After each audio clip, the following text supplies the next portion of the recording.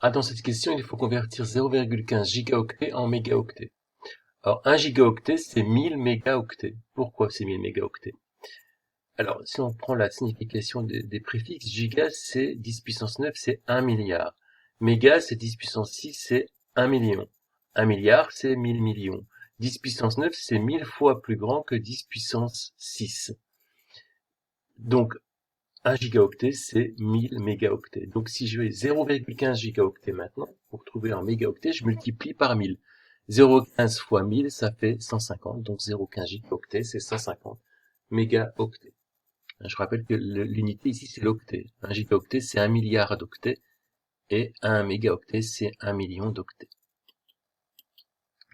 Décomposer 25 000 en un produit de facteur premier, donc on isole le 1000, entre guillemets, sachant que le 1000, ça va être 10 fois 10 fois 10, donc des choses qui se répètent. Le 25, pas de souci, 5 fois 5, donc on laisse le 5 fois 5, et chaque 10, on le remplace par 2 fois 5, donc des facteurs qui se répètent, 2 fois 5, fois 2 fois 5, fois 2 fois 5.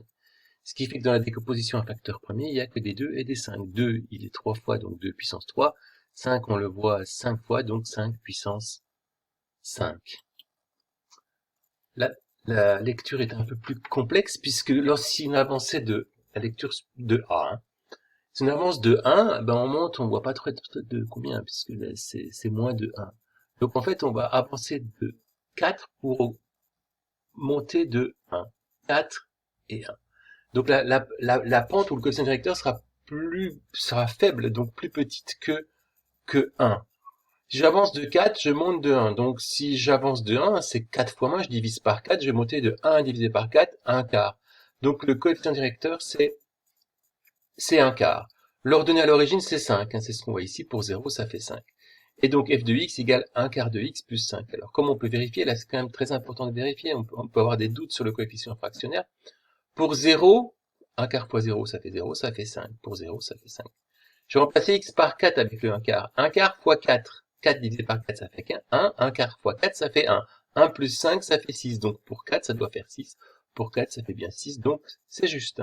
Important de faire cet effort de vérification. Alors je roule à 100 km par heure et je cherche la durée d'un trajet de 12 heures 12 minutes. Alors comme il y a des heures et des 12 minutes, ça va pas tellement bien ensemble, on va tout mettre en heures. Comme on passe des minutes aux heures, on divise par 60. 12 minutes divisé par 60, ça fait 12 divisé par 60, ça fait 0,2. 12 divisé par 6, ça fait 2. Et je redivise par 10, ça fait 0,2. Donc 2,2 heures. Pour passer de 1 heure à 100 km, on multiplie par 100 km par heure. Donc je fais 2,2 heures fois 100 km par heure. Là j'ai une petite erreur, c'est 100 km par heure, tu corrigeras. Ça fait 220 km. Donc ici 100 km par heure, pas 100 km. On multiplie pas des heures par des kilomètres. Allez, ciao.